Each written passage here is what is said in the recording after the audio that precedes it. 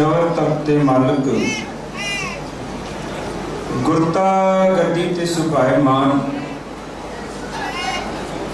धन धन श्री गुरु ग्रंथ साहिब सच्चे पातशाह दी पावन मिट्टी गोद अंदर संत महापुरुष संत बाबा सोहन सिंह जी महापुरुषां दी पावन बरसी पावन मिट्टी याद नूं ताज़ा करन लई सत्संगत रूप में जुड़ बैठे गुरमुख प्यारे सत्संगी जनों, आप जी ने चढ़ती कला जत्था USA पासों गुरबाणी के मनोहर कीर्तन श्रवण किए हैं। आओ जो समय उन गुरमत विचारां दा बख्शिश होया है, समय विच रहिंदे हुए गुरमत विचारां की सांझ करनी है। विचारां की लड़ी आरंभन तो पहले आप जितने एक बार गुरु दरबार में जुड़ बैठे हो, बड़े प्यार सत्कार दे नाल गुरु फतेह की सांझ करो। कोई भी रसना वांझी ना रहे। वाहिगुरू जी का खालसा, वाहिगुरू जी की फतेह। गुरमत के खेतर अंदर भावें गुरु नानक देव सच्चे पातशाह तो लैके धन गुरु गोबिंद सिंह सच्चे पातशाह तक 10 जामियां विच सतगुरु वरते, 10 शरीरां दे विच सतगुरु वरते। भावें 10वें जामे विच जाके धन गुरु गोबिंद सिंह सच्चे पातशाह ने हजूर साहब की पावन धरती ते गुरु ग्रंथ साहिब सच्चे पातशाह नूं गुरियाई की दात बख्शी। ज्ञानी ज्ञान सिंह जी के बचना मुताबिक आज्ञा पई अकाल की तबे चलायो पंथ, सब सिखन को हुक्म है। गुरु मानियो ग्रंथ, गुरु ग्रंथ जी मानियो। प्रगट गुरा की दे जो प्रभु को मिल बोच है, खोज शब्द में ली। पर पहले जामे तो धन गुरु नानक देव सच्चे पातशाह ने शब्द नूं ही अपना गुरु मनिया। किस प्रकार दे नाल तुसी कदी इस गल नूं कंपैरिजन करके वेखना। साडे सामने सारे धर्म ने, कोई धर्म माड़ा नहीं। किसी के दीवे नूं फूका मार के अपना दीवा कभी वड्डा नहीं होता। पर एक गल याद रखना, जिस मर्जी धर्म नूं पढ़ लो, जिस मर्जी धर्म की स्टडी करो, हर एक धर्म में तुहानूं की दिसेगा उस धर्म के रैबरी पुरुष का जितना सत्कार होया है, माफ करना उस धर्म के ग्रंथ का उतना सत्कार नहीं होया। जैसे श्री कृष्ण जी ने दास जिथे रहिंदा है, बिल्कुल नाल है कुरुक्षेत्र की धरती जिथे महाभारत का युद्ध होया। 18 दिन अर्जुन नूं निमित्त रख के गीता का उपदेश दिता है। निरोल आत्मा का ज्ञान है गीता अंदर। पर जितना सत्कार श्री कृष्ण जी के शरीर का होया है, माफ करना उतना सत्कार गीता का नहीं होया। उसी प्रकार नाल जितना सत्कार श्री रामचंद्र जी के शरीर का होया, माफ करना उतना सत्कार रामायण ग्रंथ का नहीं होया। जितना सत्कार ईसा मसीह का होया, माफ करना उतना सत्कार बाइबल ग्रंथ का नहीं होया। जितना सत्कार हजरत मुहम्मद साहब का होया है, उतना सत्कार कुरान शरीफ का नहीं होया। जितना सत्कार महात्मा बुद्ध का होया है, उतना सत्कार धनपत ग्रंथ का नहीं होया। बड़े सामने जिन्ना सत्कार श्री कृष्ण जी का होया माफ करना उतना सत्कार गीता का नहीं होया। जितना सत्कार श्री रामचंद्र जी का होया उतना सत्कार रामायण का नहीं होया। जितना सत्कार ईसा मसीह का होया माफ करना उतना सत्कार बाइबल का नहीं होया। जितना सत्कार हजरत मुहम्मद साहब का होया उतना सत्कार कुरान शरीफ का नहीं होया। जितना सत्कार महात्मा बुद्ध का होया उतना सत्कार धनपत ग्रंथ का नहीं होया। पर जब गुरु नानक का घर आया ना, शरीर की गल आई, सतगुरु ने पता क्या कि कहते नानक नीच। आप जी पाठ करते हो जपजी साहब का, पहली पौड़ी तो नानक शब्द की वरतों शुरू हो जाती है। पहले तुसी श्लोक अंदर पढ़ते हो, आद सच जुगाद सच है भी सच नानक। उत्ते तुसी ध्यान नाल लिखना, नानक शब्द का जिहड़ा का अक्षर है उनके थले कोई मात्रा नहीं है। नानक होसी भी सच। फिर अगली पौड़ी विच नानक हुक्म है जे बुझे, उत्थे भी कक्के थले कोई मात्रा नहीं। पहलियां 17 पौड़ियां तक नानक का कक्का मुक्ता है। पर जदों 18वीं पौड़ी शुरू होती है, संख मूर्ख असंख चोर असंख चोर हरामखोर, अखीर भी सतगुरु जदों नानक शब्द की वरतों करते थले कक्के नूं औंकड़ पा लेंदे ने। देख लो तुसीं, तुहाडे मोबाइलों भी है उनका पाठ, तुसीं खोल के देख सकते हो। तो उत्थे असीं खाली नानक नहीं पढ़ते, नानक नीच इकट्ठा पढ़ के अगे तुरदा है। नानक नीच कह विचार। सतगुरु जी ने जदों परमात्मा की कुदरत की गल की, कहणगे जिथे उनकी कुदरत विच असंख्या जप करन वाले ने, असंख्या तप करन वाले ने, उत्थे एक श्रेणी है असंख मूर्ख अंधखोर असंख चोर हरामखोर।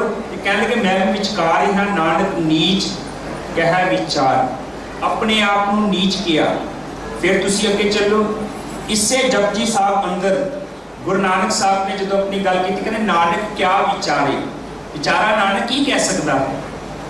फिर तुसी भी शब्द पढ़ते हो, मुल खरीदी लाला गोला मेरा नाम सुभागा, गुरु की बचनी हाट बिकाने जित लाया तित लागा, तेरे लाले क्या चतुराई साहिब का हुक्म ना मेटिया जाए। लाला शब्द फारसी दे विच गुलाम नूं कहंदे ने। एक होंदा नौकर सर्वेंट, एक होंदा गुलाम, बड़ा डिफरेंस है। नौकर असीं रखते हैं, महीने बाद तनख्वाह देंदे हां, जे डांट दईए नौकर काम छड़ के चला जाता है। गुलाम नूं एक बार मालिक पैसे दे के खरीददा है, फिर मालिक भावें खाण नूं देवे ना देवे, गुलाम कदी अपने मालिक का दर नहीं छड्डदा। ते सतगुरु कहंदे मैं उस मालिक का नौकर नहीं गुलाम हाँ। मुल खरीदी लाला बोला मेरा नाम सुभागा। ते विकिया मैं केड़ी मंडी में जा, गुर की बचनी हाट बिकाने जित लाया जित लागा। मैं शरीर की गल कर रहा। गुरु नानक साहब ने जो अपनी गल की, आख्या नानक नीच है। अगे चलो, गुरु अर्जन देव सच्चे पातशाह का एक शब्द आता है, कोट ब्रह्मांड को ठाकुर स्वामी सर्व जिया का दाता रे, व्रत पालै नित सार संभाले, एक गुण नहीं मूर्ख जाता रे। हर आराधना जाना रे, हर हर गुर गुर करता रे। इस पावन शब्द विच धन गुरु अर्जन देव सच्चे पातशाह ने अपने आप को 4 बार मूर्ख किया। मैं मूर्ख की के तकबात है कोट पराधी तरया रे, गुरु नानक जी सुनिया पेकिया से फिर गर्भास न पड़िया रे। मेरा जड़ा कहन तो भाव है, जेड़ा मर्जी दुनिया का धर्म लै लो, हर धर्म के रैवरी पुरुष ने अपने शरीर का सत्कार करवाया है। उस धर्म के धार्मिक ग्रंथ का सत्कार नहीं होया। पर जो गुरु नानक का घर आया, अपने शरीर की गल की, आख्या नानक नीच है, नानक सग है। सग फारसी दे विच कुत्ते नूं कहंदे ने। अपने आप को लाला गोला किया, सग किया, नीच किया, विचारा किया। गुरु अर्जन देव सच्चे पातशाह ने मूर्ख कह दिता 4 बार अपने आप को। पर इस घर ने जो बाणी की गल की ना, तो वेख लो किहड़े किहड़े एडजेक्टिव यूज किए, किहड़े किहड़े विशेषण लाए। कह लगे अमृत बाणी है, तुर्की बाणी है, मीठी बाणी है, प्यारी बाणी है, खसम की बाणी है। किन्ना को मान दिता इस बाणी को। आओ फिर दूजा नुकता साझा करिए। तुसी भाई गुरदास जी को पढ़ते हो, भाई गुरदास जी लिखते हैं, जीवन मारी लत केरा सुता कुफर खफारी। गुरु नानक देव सच्चे पातशाह बगदाद की धरती ते गए। गुरु नानक देव सच्चे पातशाह के शरीर नूं बगदाद की धरती ते जीवन ने लत मारी। जीवन मारी लत केरा सुता कुफर खफारी। पर तुहानू किथे भी लिखिया नहीं मिलेगा कि जिस वेले जीवन ने लत मारी गुरु नानक साहब ने कोई गुस्सा किया होवे या जीवन को कुछ किया होवे, कुछ नहीं किया। फिर वारी आ जाती है धन गुरु अमरदास सच्चे पातशाह की, जिन्हां दा तुसीं परसों प्रकाश दिहाड़ा भी मनाया। गुरु अमरदास सच्चे पातशाह गुरु बने ने, गुरता गद्दी ते बैठे ने। ते गुरु अंगद देव सच्चे पातशाह के वड्डे सपुत्र बाबा दातू जी को गुस्सा चढ़ गया कि गुरता गद्दी तो सानू मिलनी चाहिए सी। लै गए ने गुरु अमरदास सच्चे पातशाह। गुरु प्यार वालियो, ये दो चीज़ां ने, एक दात एक जोत। इस ते किसी का दावा नहीं, तो दात जोत खसमै वडियाई। दाते दात रखी हथ अपने जिस भावे तिस देई। इते दा दाती साहिब संधियां क्या चलै तिस नाल, एक जा गंदे नाल है एक ना सुतियां देख उठाल। जदों गुरु रामदास सच्चे पातशाह ने गुरु अर्जन देव सच्चे पातशाह ने गुरियाई की दात दी ना, ते वड्डे पुत्र प्रीति चंद ने झगड़ा किया ते पुत्रां नूं एड्रैस करके दो ही शब्द ने गुरु ग्रंथ साहिब सच्चे पातशाह विच, एक काहे पूत झगड़त हो संग बाप, जिनके जने बडीरे तुम हो तिनस्यों झगड़त पाप। एक पूता माता की आशीष निमक न बिसरो तुमको हर हर सदा भजो जगदीश। गुरु रामदास सच्चे पातशाह ने फिर एक वचन उच्चारण किया सूही राग के अंदर, जिंदा पहली पंक्ति है, जिन तिनी हृदय हर आराध्या जिन तुर लिखत लिखिया लीलार। इनकी अखीरली पंक्ति में गुरु रामदास सच्चे पातशाह पता की लिखते हैं, कहने लगे प्रीति चंद एक गल याद रखी, चौह पीढ़ी आद जुगाद बखीली किन्ने ना पायो हर सेवक पाए निस्तारा। कहने लगे तेरे सामने चार पीढ़ियां ने, गुरु नानक साहब तो लैके मैनू वेख लै। जे गुरु नानक साहब दे कोलों गुरता गद्दी की दात हासिल की पाई लैने ने सेवा करके, वल छल दे नाल नहीं, चीटिंग दे नाल नहीं। जे धन गुरु अंगद देव सच्चे पातशाह को गुरियाई की दात दी गुरु अमरदास सच्चे पातशाह ने, वो सेवा करके चिटिंग करके नहीं। ते जे गुरु अमरदास सच्चे पातशाह को मैनू बख्शिश हुई, वो भी सेवा करके हुई। चौहों पीढ़ी आद जुगाद बखीली किन्ने ना पायो हर सेवक पाए निस्तारा। ते बाबा दातू नूं गुस्सा चढ़ गया भी गुरियाई तो सानू मिलनी चाहिए सी, पर गुरु अमरदास सच्चे पातशाह क्यों बैठ गए गुरियाई गुरता गद्दी ते। कविराज भाई साहब भाई संतोख सिंह जी लिखते हैं कि गुरु अमरदास सच्चे पातशाह का दरबार सजिया सी। गुरु अमरदास सच्चे पातशाह अपने सिंघासन ते सजे बैठे सन। बाबा दातू जी आए। बाबा दातू जी ने गुस्से विच आके गुरु अमरदास सच्चे पातशाह की छाती ते लत मारी। ते लत इतनी को जोर दी मारी कि हुण तुहानूं पता है, जदों गुरु अमरदास सच्चे पातशाह नूं गुरियाई मिली, गुरशिप मिली, उस समय उन्होंने एज 73 सी, 73 साल बुजुर्गी की अवस्था। गुरु अमरदास सच्चे पातशाह अपने सिंघासन तो थले डिग पे ते शरीर कंबना शुरू हो गया। ते कविराज भाई साहब संतोख सिंह जी लिखते हैं, कहते रिस्कर उर मैं लात प्रहारी। रिश्ता अपने गुस्से में आके उर कहते ने छाती नूं, कहने रिस्कर उर मैं लात प्रहारी ज्यों लक्ष्मी पत के प्रिंग मारी। लक्ष्मी पत, लक्ष्मी का पति भरा विष्णु, कहने कि जिवें किसी समय लक्ष्मी के पति विष्णु नूं भृंग ऋषि ने लत मारी सी, ते भृंग ऋषि की लत करके विष्णु जी थले डिगे सन। कहने अज उवें ही बाबा दातू जी ने गुरु अमरदास सच्चे पातशाह नूं लत मारी। गुरु अमरदास सच्चे पातशाह थले डिगे, बजुर्गी की हालत करके शरीर कंबना शुरू हो गया। बचन ने रिस कर उर में लात प्रहारी, ज्यों लक्ष्मी पत के भृंग मारी। कहने सिंहासन ते गिर कर परे, बिरध शरीर कब बहु करे। शरीर कंबना शुरू हो गया। पर गुरु अमरदास सच्चे पातशाह ने बाबा दातू नूं कुछ नहीं किया, बल्कि हाथ जोड़ के ना पता की कहते ने, इकता सेवा करत पए हो, दुतिया पैते बिरद पए हो, याते अधिक शरीर कठोरा, तुमरे चरण मिदुल मत थोरा।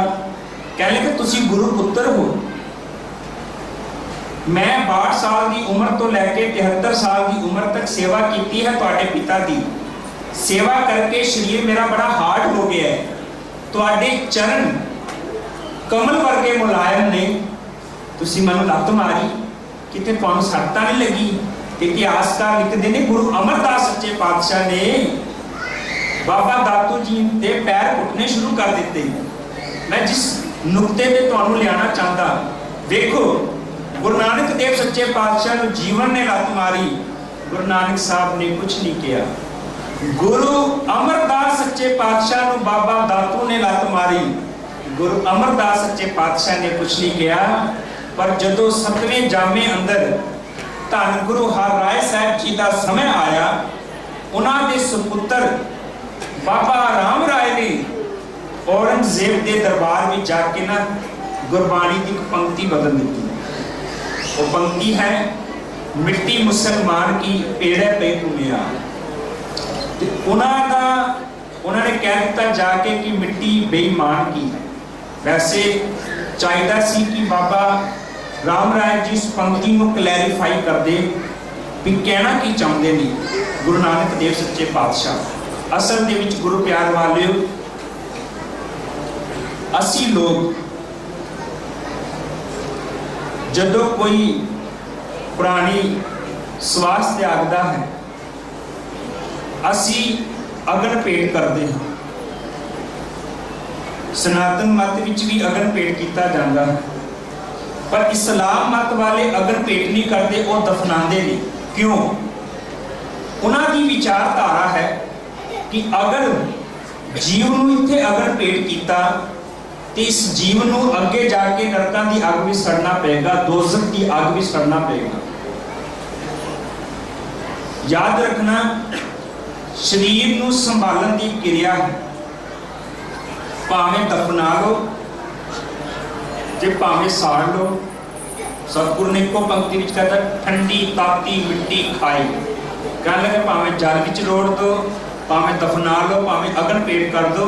यह तो शरीर नूं संभालण की क्रिया है। अगे जिहड़ा नवेड़ा आना कर्मां दे मुताबिक होना।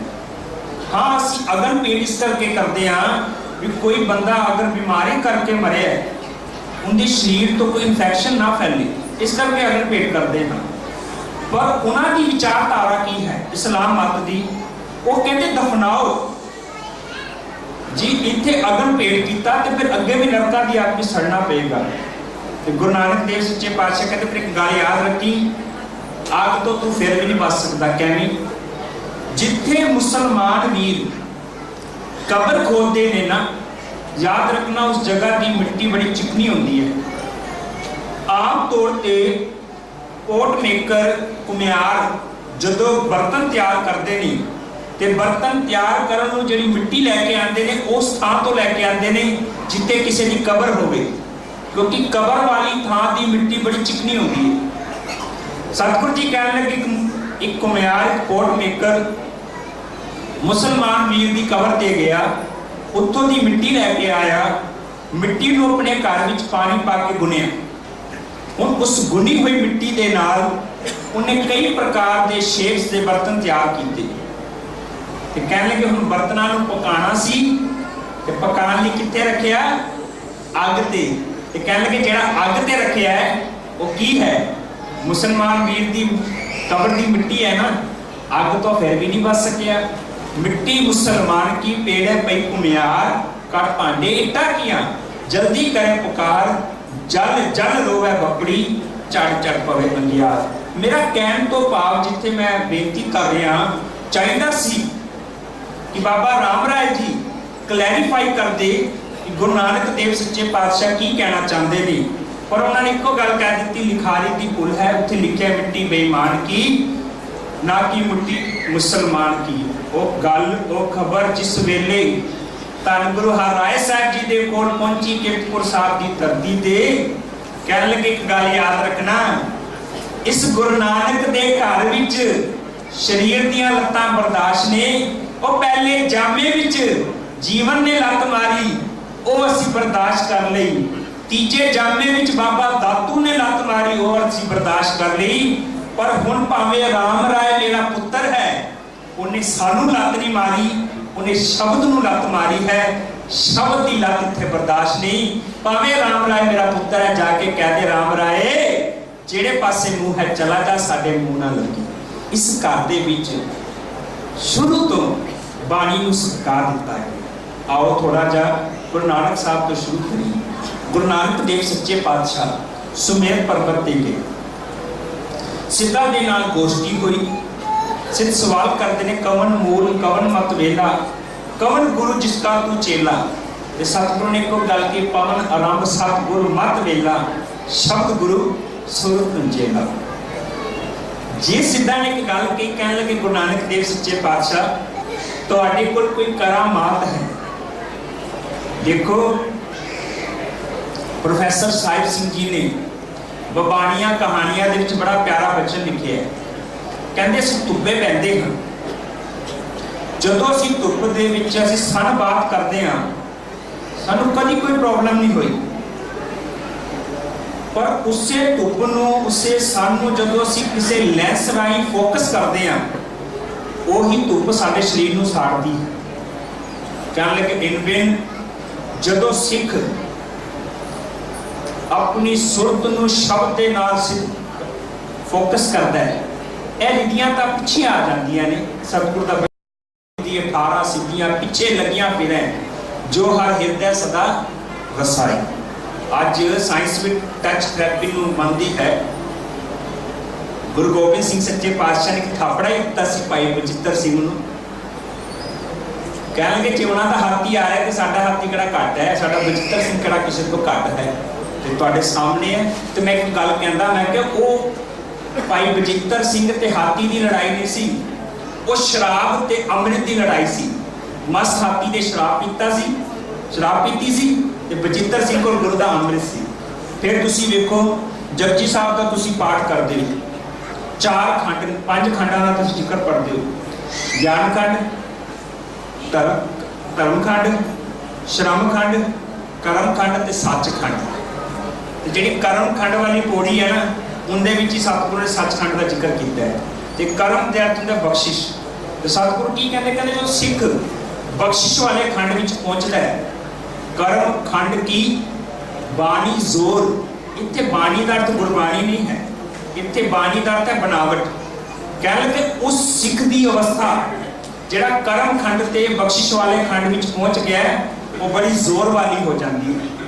मेरा कहने तो भाव यह रिद्धियां सिद्धियां तो पिछे दौड़दियां ने, पर सिद्ध ने सिख ने अपनी मंजिल नहीं समझना। गुरु नानक साहब जी ने पहला शब्द जो उच्चारण किया है, कह लगे मोती ता मंदिर उसरै, कहने सिद्ध होवा सिद्ध आई रित आखा आओ, गुप्त प्रगट होए वैसा लोक राख्या पाओ। पर कहने मत देख भूला विसरा, तेरा चित्त ना आवे ना। ऐसा जे लो अपनी मंजिल समझ लिया ना, तो फिर चाले ते हर मिलन को बीची अटक्यो चीत। गुरु तेग बहादुर साहब सच्चे पातशाह नूं 3 कंडीशनां रखियां सन ना, कह लगे या तो इस्लाम कबूल कर लो, या कोई करामात विखा लो, या फिर शहादत देने लई तैयार हो जाओ। तो गुरु साहब जी कह लगे तुसीं इस्लाम की गल करते हो, तुहानूं तुहाडा खूब ते सानूं साडा खूब। तो कह लगे करामात तां रब दा शरीका करन वाली गल है, नाटक चेटक किए कुकाजा, प्रभ लोगन के आवत लाजा। तो कह लगे तुसीं मरण की गल करते हो, तो मैं तैयारी करके आया। मेरा कहने तो भाव सुमेर पर्वत ते सिद्ध मिले गुरु नानक देव सच्चे पातशाह। कह लगे तुहाडे कोल कोई करामात है, करामात तो बिना अज तक कोई सुमेर पर्वत ते नहीं पहुंच सकिया, कि कृपा करो सानू भी कोई करामात विखाओ। उत्ते बचन ने भाई साहब भाई गुरदास जी दे, सिद्ध बोलन सुन नानका तोहे जग नूं करामात विखाई, कुछ वेखाले असानू तो क्यों ढिल अवेही लाई। बाबा बोले नाथ जी असी वेखन जोगी वस्त ना खाई। इत्ते वेखन जोगी दा अर्थ है तुहानू विखालन जोगी साडे कोल कोई करामात नहीं। ते कहने कि फिर सुमेर पर्वत ते कैਵੇਂ पहुंचे हो? कहने गुर संगत बाणी बिना दूजी ओट नहीं है भाई। कहने कि गुरु की संगत एक गुरु की बाणी, इन्हां तो बिना साडे कोल एक भी होर चीज दा आसरा नहीं। जिस गुरु संगत ते गुरु बाणी नूं फिर दसम पातशाह ने गुरु ग्रंथ ते गुरु पंथ का दर्जा दिता। आओ थोड़ा जिहा अगे वधिए। भावें धन गुरु अंगद देव सच्चे पातशाह के 63 श्लोक ने, पर वो की कहते हैं? कहणगे अमृत बाणी तत वखाणी ज्ञान ध्यान विच आई। गुरु अमरदास सच्चे पातशाह का तुसीं रोज वचन पढ़ते हो, आओ सिख सतगुर के प्यारियो गावो सच्ची बाणी, बाणी ता गावो गुरु केरी बाणियां सिर बाणी। धन गुरु रामदास सच्चे पातशाह का तुसीं वचन पढ़ते हो, बाणी गुरु गुरु है बाणी विच बाणी अमृत सारे, गुर बाणी कह सेवक जन मानै परतक गुरु निस्तारे। धन गुरु अर्जन देव सच्चे पातशाह जिहड़े बाणी दे बोहित सन, जिन्हां दा शहीदी गुरपुरब आ रहा है। देखो 1430 अंग ने गुरु ग्रंथ साहिब सच्चे पातशाह दे। 6 गुरु साहिबान गुरु नानक देव सच्चे पातशाह तो लैके गुरु अर्जन देव सच्चे पातशाह ते गुरु तेग बहादुर साहब सच्चे पातशाह, 11 पट 15 भगत ते 3 गुरसिख। गुरु प्यार वाले तुसीं कहोगे भी आम असीं सुनिया सी कि 4 गुरसिखां दी बाणी है, पर नवीनतम खोज ने इस गल नूं प्रूफ किया है, इस गल नूं सिद्ध किया है। 4 गुरसिखां दी नहीं 3 गुरसिखां दी बाणी है। एक बाबा सत्ता ते बाबा बलवंड जी जिन्हां दी रामकली की वार है, दूजी बाबा सुंदर जी जिन्हां ने रामकली साहिब उच्चारण किया है। जिहड़ी तुसीं कहंदे हो कि मरदाना जी की बाणी है, याद रखना अगर तुसीं शब्दां दा जोड़ वेखो, एक तो उत्थों सिद्ध हो जाता है भी ये शब्द गुरु नानक देव सच्चे पातशाह ने उच्चारण किए ने। नाले फिर थले नानक पद की वरतों है, भाई मरदाना जी नानक पद की वरतों नहीं कर सकते। फिर उत्ते लिखिया है मरदाना पहला, जे मरदाना पहला होया तो मरदाना दूजा केड़ा होया? या तो गुरु साहब ने मरदाना जी नूं एड्रैस करके ये 2 शब्द उच्चारण किए ने, या फिर तुसीं ध्यान नाल वेखो गुरु ग्रंथ साहिब सच्चे पातशाह अंदर कई टॉपिक लैके शब्द उच्चारण किए गए। जिवें सूही राग में तुसीं पढ़दे सुचज्जी, कुचज्जी कुचज्जी का अर्थ जिन्होंने चज नहीं, सुचज्जी जिन्होंने चंगा चज है, गुणवंती जी चंगे गुणा वाली है। उवें मरदाना का अर्थ है कि पूर्ण मर्द। पूर्ण मर्द किन्नू कहते हैं? तो गुरु नानक साहब का वचन भी है मारू राग के अंदर, मर्द मर्द मर्द मरदाना। तो कभी दोनों शब्दों को विचार के देखो, इन्हां दोनों शब्दों के विच तुहानूं एक अमृतधारी ते एक मनमुख के जीवन की गल मिलेगी। तो इतने मरदाने के 2 अर्थ ने, या मरदाना को एड्रैस करके, या फिर मरदाना एक सरलेख है, एक हैडिंग है जिंदे में दस्या गया पूर्ण मर्द कौन है। तो मेरा कहने तो भाव 35 का टोटल जोड़ है 35, 5-6 गुरु साहबान, 11 पट, 15 भगत ते 3 गुरसिख। अगर इन्हां 35 दे विचों गुरु अर्जन देव सच्चे पातशाह को वखरा करो ते बाकी गुरु साहबाना भट्टां नूं भगतां नूं ते गुरसिखां नूं वखरा करो, 1430 अंगां दे विच गालबन पौने 700 अंग बाणी कली गुरु अर्जन देव सच्चे पातशाह की बनती है। एवं नहीं गुरु अमरदास सच्चे पातशाह ने कह दिता दोयता बाणी का पुणिता। तो वो की लिखते हैं इस बाणी बारे? कहते हमारी प्यारी अमृतधारी गुर निमक नमन ते टारी रे, दर्शन परसन सरसन हरसन रंग रंगी करतारी रे, खिनरम गुरगम हरदम ना जम हर कंठ नानक हारी रे। वो तो एक गल करे सतगुर वचन तुम्हारे निर्गुण निस्तारे, जन्म पवंते नरक पड़ते तिनके कुल उधारे, कोई न जाने कोई न माने से प्रगट हर द्वारे, कवन उपमा देव कवन वडाई, नानक खिन खिन वारी। फिर देखो भगत साहबाना ने, गुरु बाबा कबीर साहब ने क्या कहना, करके देव पितर की छोड़ी गुरु को शब्द लियो। इतने तो बाबा रामानंद जी वर्गे ने कहने, गुरु का शब्द काटे कोट करम। बस 5 मिनट का समय बाकी है। विचारां तो बड़िया ने, वो थले दास की 8:20 तो लैके 9 बजे तक हाजिरी है। इस लड़ी में मैं आगे कंटिन्यू करांगा कि पानी बारे भाई गुरदास जी ने की लिखा है, पर एक मैं घटना तुहाडे नाल साझी करना चाहता हाँ। गुरु प्यार वालियो, इंडिया दे विच होशियारपुर डिस्ट्रिक्ट के नेड़े एक पिंड है। उस पिंड दे विच परिवार दे विच अमृतधारी बच्ची गुरु ग्रंथ साहिब सच्चे पातशाह दे लड़ लगी, रोज एक अरदास करी कि सच्चे पातशाह मेरा जिहड़ा आनंद कारज है वो किसी गुरसिख परिवार दे विच होवे। माफ करना, अज का जिहड़ा माहौल है ना, लड़के वाले केवल ते केवल लड़की का चाम देखते हैं, लड़की सोहनी कितनी है, ते लड़की वाले केवल लड़के का दाम देखते हैं, लड़के वाले को पैसा कितना है। कुछ वेले ने जिहड़े चाम दाम काम टुट के नाम नूं देखते हैं। जो बच्ची ने अरदास करनी ते किसी विद्वान ने कि खुदा मंजूर करता है दुआ जो दिल से होती है, पर मुश्किल तो ये है कि ये बड़ी मुश्किल से होती है। बच्ची की अरदास कबूल हुई। राजपुरे के नेड़े गुरसिख घराने दे विच उस बच्ची का आनंद कारज होया। दोनों अमृतधारी, महाराज की कृपा ना दोनों की क्वालिफिकेशन भी MA BEd, दोनों गवर्नमेंट टीचर लग गए। क्योंकि 6 चीज़ां बड़ियां जरूरी ने, आशा, इष्ट, उपासना, खान पान पहरान, खट लखन प्रगटे जहां तहां मित्रता जान। बड़ा सोहना उन्होंने गृहस्थी जीवन बतीत होवे।